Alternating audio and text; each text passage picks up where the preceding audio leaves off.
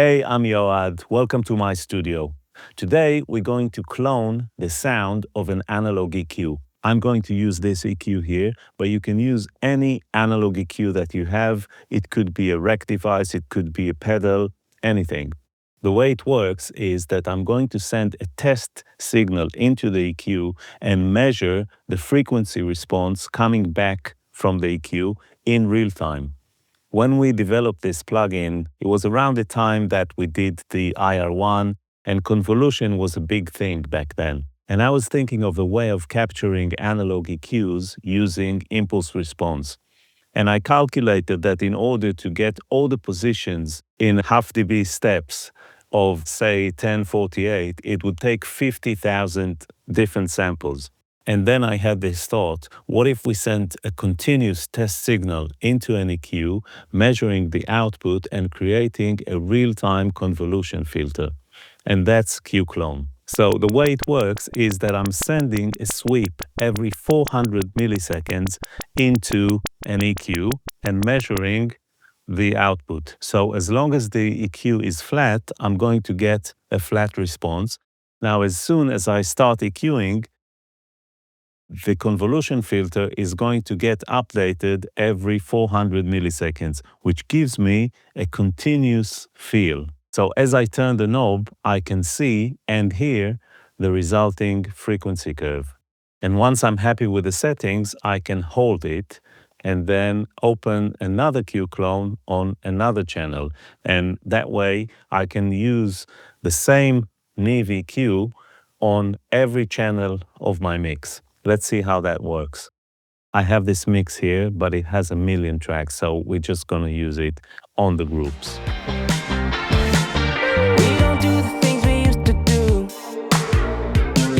So let's start with the drums. So here, I can use the lovely lows. And here we have the definition of a shelf EQ. And here I can cut some of the boxy frequencies and give it some highs. And again, this is quite wide. And I can go shelf, and that will give me just a shelf filter. And I can use the high mid to get some presence. Now I can back it off a little bit. Now I can also use the filters. The filters here are so amazing. So this is the low cut.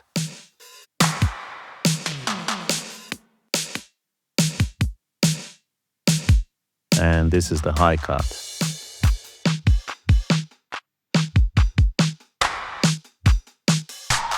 Such a nice curve, and it sounds so good.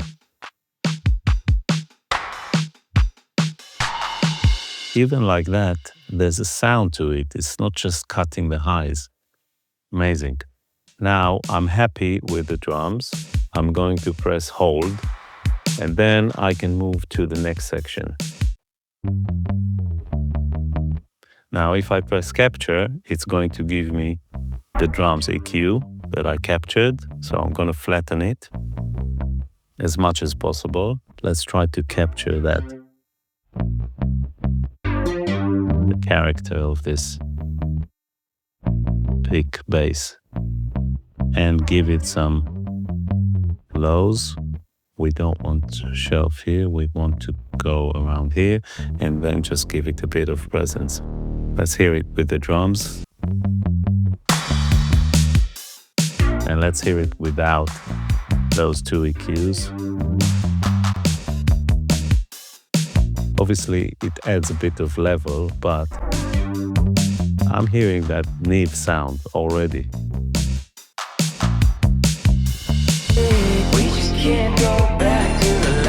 Let's look at the keys. Let's get this 80s vibe.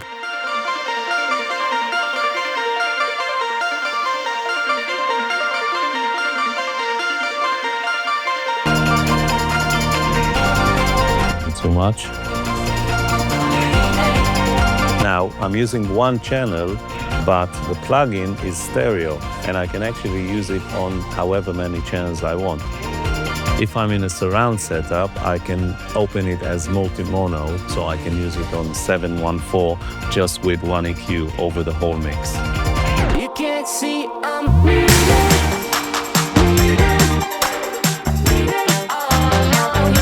Now the vocals are kind of left behind. Let's look at the vocal. That's already good, but it needs a body frequency here. It's not fair. I don't think I ever knew. And we can cut some lows.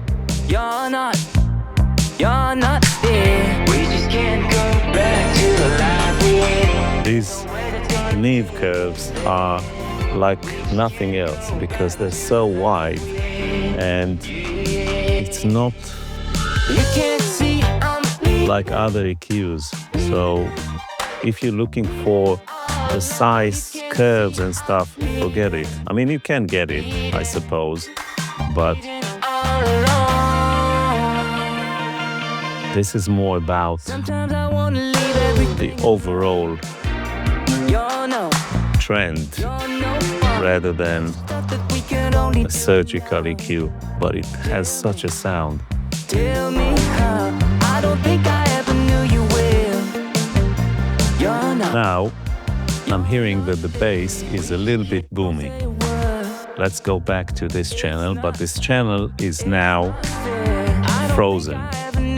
So in order to keep tweaking it, what I'm going to do is to flatten the EQ, and then if I hit capture, I'm going to lose what I have. But if I hit add, it's going to update the existing curve. So now I can go and back down on those low mids and the lows. I can go back to the drums. Again, if I press capture, it will reflect what I have set up on the desk. But if I hit add, so let's give it a bit of mid and cut some of that.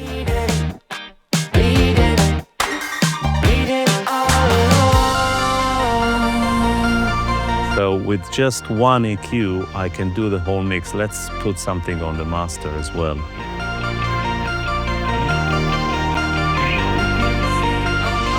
Now here, when I made the factory presets, I made some presets that I like using on very famous EQs. So let's see if you can recognize the curves. And I have different settings of cutting and boosting different frequencies. So obviously it's not very detailed, but it gives the sound. So even the flat settings has the character of running through this EQ. And here I'm using the filters. That's the GML. Obviously we couldn't use the names in the product, but you get the sound and you get those ripples, which are very characteristic of this EQ. And this is the Pultec. So when you think you're boosting 100, you're actually starting at 4K. That's how it works. Different frequencies at different boost and cut levels. And here I have some applications. So these are my setups for bass and for vocals, for guitars. They look quite extreme, but they don't sound that extreme. This is the beauty of these old analog EQs, that you just do it by ear. And then if you look at the curve, it may look kind of funny. Let's look at some mastering setups that I did with the GML. Can't go back to the life we had. You can't see I'm bleeding.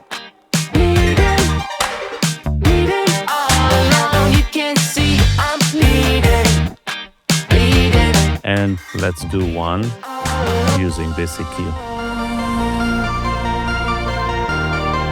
So let's try to flatten it as much as possible. And even just going through, I get the sound of the transformers. Let's hear it without.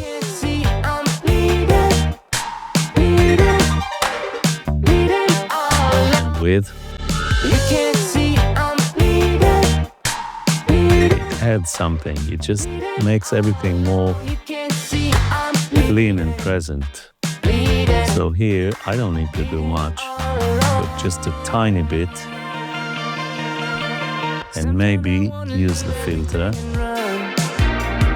just to round things up.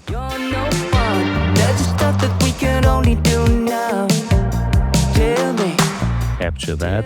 Now let's listen to the whole mix without the Q clone.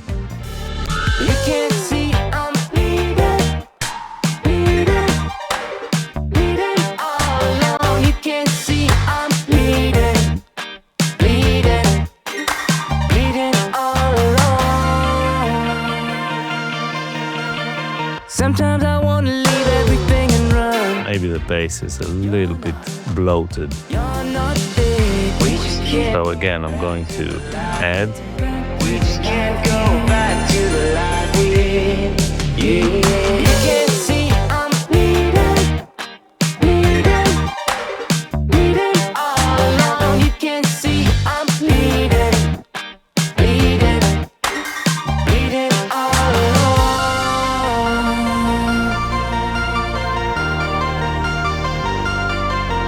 I'm really proud of this concept, and I think it was quite an achievement, definitely for the time.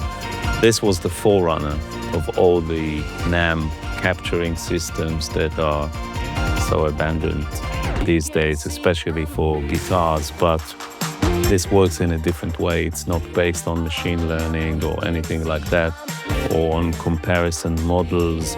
It's just a very simple sweep that creates a convolution filter in real time. So that's the Q clone, and that's the end of this video. I hope you enjoyed it. If you did, you know what to do, and I'll see you on the next one.